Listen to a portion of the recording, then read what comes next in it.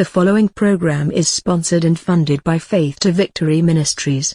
Hi, this is Michael Collins, founder and director of ministry services with Faith to Victory Ministries, and I want to welcome you to Wednesday night Bible study.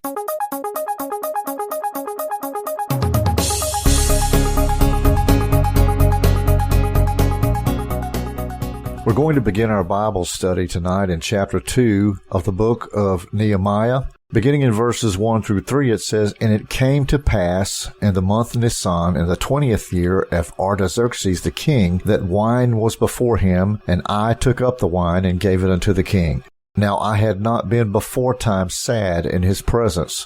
Wherefore the king said unto me, Why is thy countenance sad, seeing thou art not sick? This is nothing else but sorrow of heart.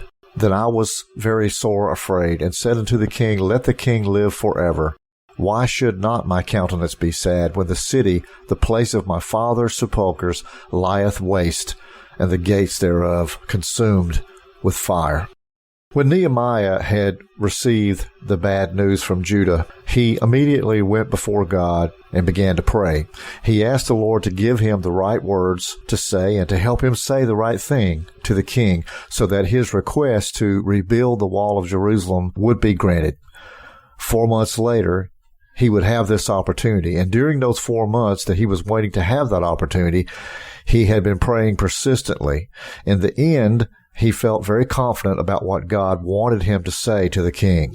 When Nehemiah went before the king to serve him his wine, he did so with a sad face. And this was the first time that the king had ever seen Nehemiah this way. In those days, servants were required to be happy when they were with the king. They had to make sure that they did not do or say anything to make the king sad or make the king angry, because they could be killed if they made the king angry. But Nehemiah was genuinely sad that day, and the king could see that. The king might have been very angry, and Nehemiah was afraid of that, but God was in control. And so the king was kind to Nehemiah. The king asked Nehemiah why he was so sad, and Nehemiah told him about the bad news that he had heard about Jerusalem. Nehemiah chose his words, though, very carefully. It seems that he did not actually name Jerusalem in his conversation, because in the past, the king had been worried about Jerusalem. At that time, the king didn't want the Jews to rebuild the city. So Nehemiah simply spoke about the city where his ancestors' graves were. He mentioned the graves for another reason, too. Often people believe that they should take great care of graves because of their religion, and Nehemiah hoped that the king would feel sympathy for him because of that. Moving on to verses 4 through 6, beginning in verse 4, it says, "Then the king said unto me, For what dost thou make request? So I prayed to the God of heaven, and I said unto the king, If it please the king, and if thy servant have found favor in thy sight, that thou wouldest send me unto Judah, unto the city of my father's sepulchres, that I may build it. And the king said unto me," the queen also sitting by him, "For how long shall thy journey be? And wilt thou return? So it pleased the king to send me, and I set him a time." The king here is asking Nehemiah what it was that he wanted from him. And it was Nehemiah's opportunity to ask his approval to be able to go back and rebuild the walls of Jerusalem and rebuild the gate. So he prayed before he asked. But he only had a very short moment to pray this prayer before he was going to have this conversation with the king. So Nehemiah told the king what he wanted to do. He asked the king to send him to Judah, to allow him to go there so that he could build the city again. Nehemiah was very bold to say this, but he believed that God had heard his prayers. So he was confidently trusting God.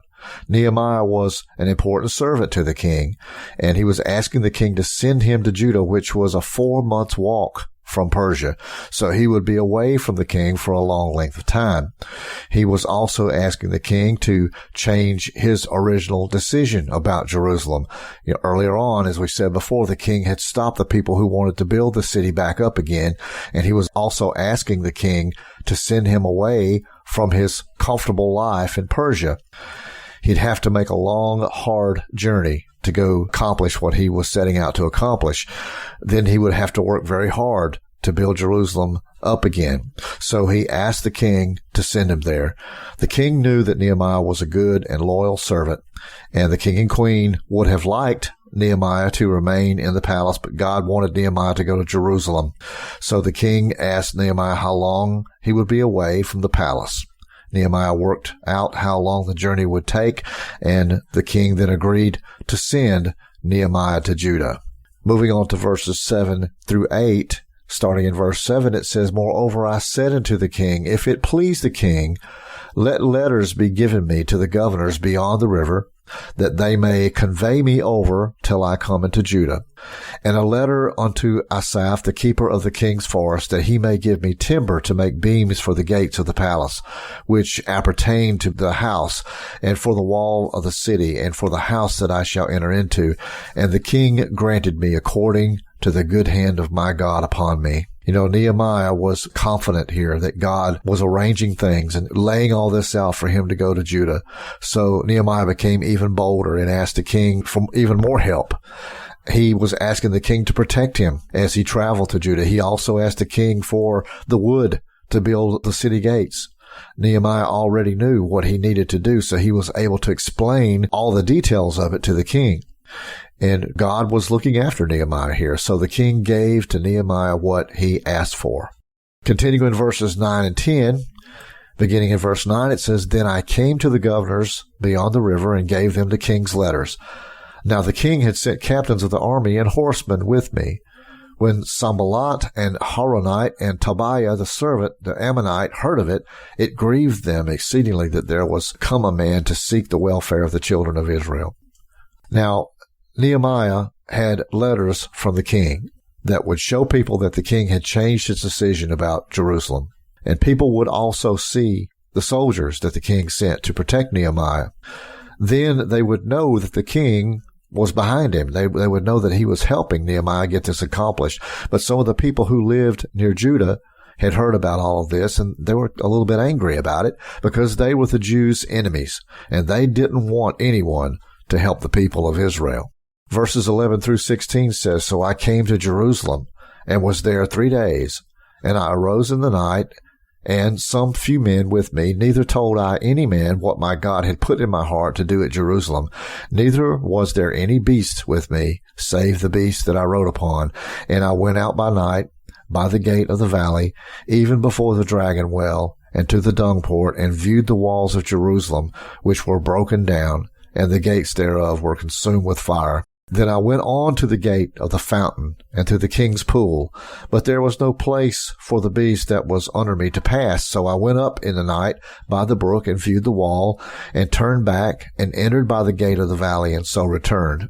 And the rulers knew not whither I went or what I did, neither had I as yet told it to the Jews, nor to the priests, nor to the nobles, nor to the rulers, nor to the rest that did the work."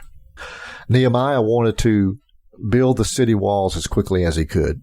He wanted to get this done as quickly as possible, but there was so much to be done. He would have to work so hard to get this done. So he rested for 3 days after his long journey to get there. God had given him the desire to build Jerusalem again. So Nehemiah wanted to do a good job. He wanted to do the best possible job he could do.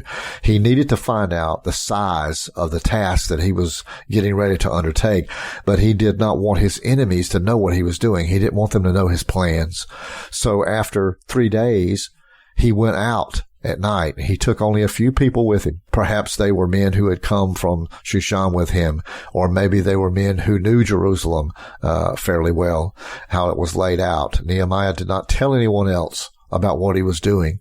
He went all around the city, and he saw that the city was in ruins, and he saw that fire had burned the gates. And at one place there was so much rubbish that there was no room for his horse to even pass. So he knew that the task to build back this city again was going to be a great task. Nehemiah saw that the whole city was in a very bad state, and that the people's relationship with God was also in a bad state. The most important building in Jerusalem was the temple. And the Jews had rebuilt the temple about 70 years prior to this, before Nehemiah arrived. And the first temple, which Solomon built, was a very splendid building, but this later temple was much poorer. Some priests were living in the area, but they were neglecting their special work for God. The people did not know God's law, and the people were doing many things that the Bible told them not to do. There were not many other buildings in the city. Most Jews who had returned to Judah were living in the villages. Jerusalem now was a very dangerous place to live. The Jews had many enemies, and there was no security in the city. It had no defenses. Many Jews had tried to make agreements with their enemies. Some Jews had even allowed their children to marry people from other nations. The people from these nations were evil people, and they served false gods. But God wanted the Jews to be His special people. He had chosen them, and He wanted them to remain separate from all these other nations. Nehemiah saw that the city needed strong walls, and this was the most important task of all about rebuilding these walls, because it would make the city a safe place to live. When the walls would be complete, people would be able to move into the city. There, the Jews could live in a place that was separate from the other nations, and the priests could start their special work for God in the temple again, and the people would learn God's law. But without walls, the Jews would become even weaker. Their enemies would become even stronger. The priests would be unable to work for God, and nobody would maintain the temple. Jerusalem had been a very great city at one time. Nehemiah realized that Jerusalem had been a very great city at one time, and Nehemiah realized that he could not rebuild the whole city. Instead, he selected an area to surround with walls. It was a smaller area than the city used to be, but it was the most important part of the city. It included the temple and the most ancient parts of the city. And the area included enough land for everyone who would live there. There were fountains and everything else that the people needed, and soon there would be an important market in the city. Now we move on to verses 17 through 20.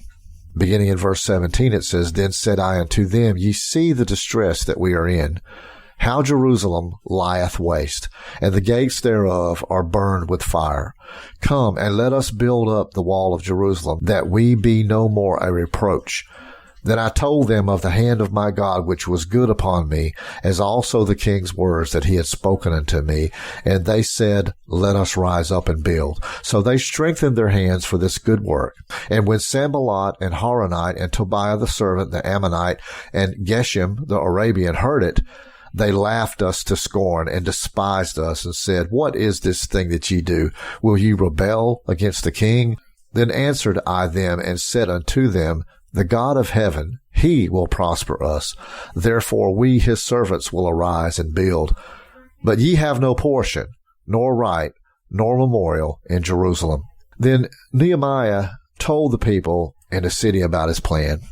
First, he reminded them of the sad truth. Their city was in ruins, that they could not be a strong nation while Jerusalem was in such a bad state. So he encouraged them to help him rebuild the walls. Then he told them some good news. He told them that God wanted them to rebuild the city walls. And this was not merely just Nehemiah's plan. Nehemiah was confident that God had sent him to lead the people in this task. Already God was looking after Nehemiah, and even the king had sent him to do this task. And this was really good news. So the people agreed that they should start to build the walls, and the people prepared to build the walls. But then their enemies heard about what their plans were, and these enemies could not easily attack the Jews because the king had sent Nehemiah, and the king was very powerful. If Nehemiah's enemies fought him, the king would oppose them. So instead, the enemies laughed at the Jews. They pretended that they would tell lies to the king about the Jews. They would say that the Jews were the enemies of the king. But Nehemiah was still confident. He knew that it was God's plan to rebuild the walls of Jerusalem and to rebuild the city. So God would help him. The real God of heaven was on their side, and God would not let their enemies stop the work.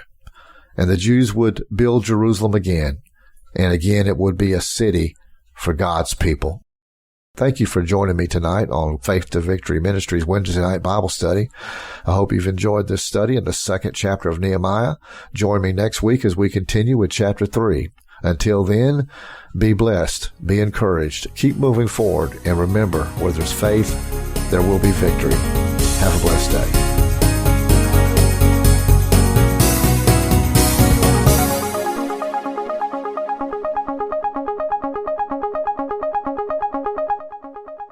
For more daily inspiration and encouragement from Faith to Victory Ministries, find us on Facebook, Google+, and YouTube. This is the Faith to Victory Radio Network.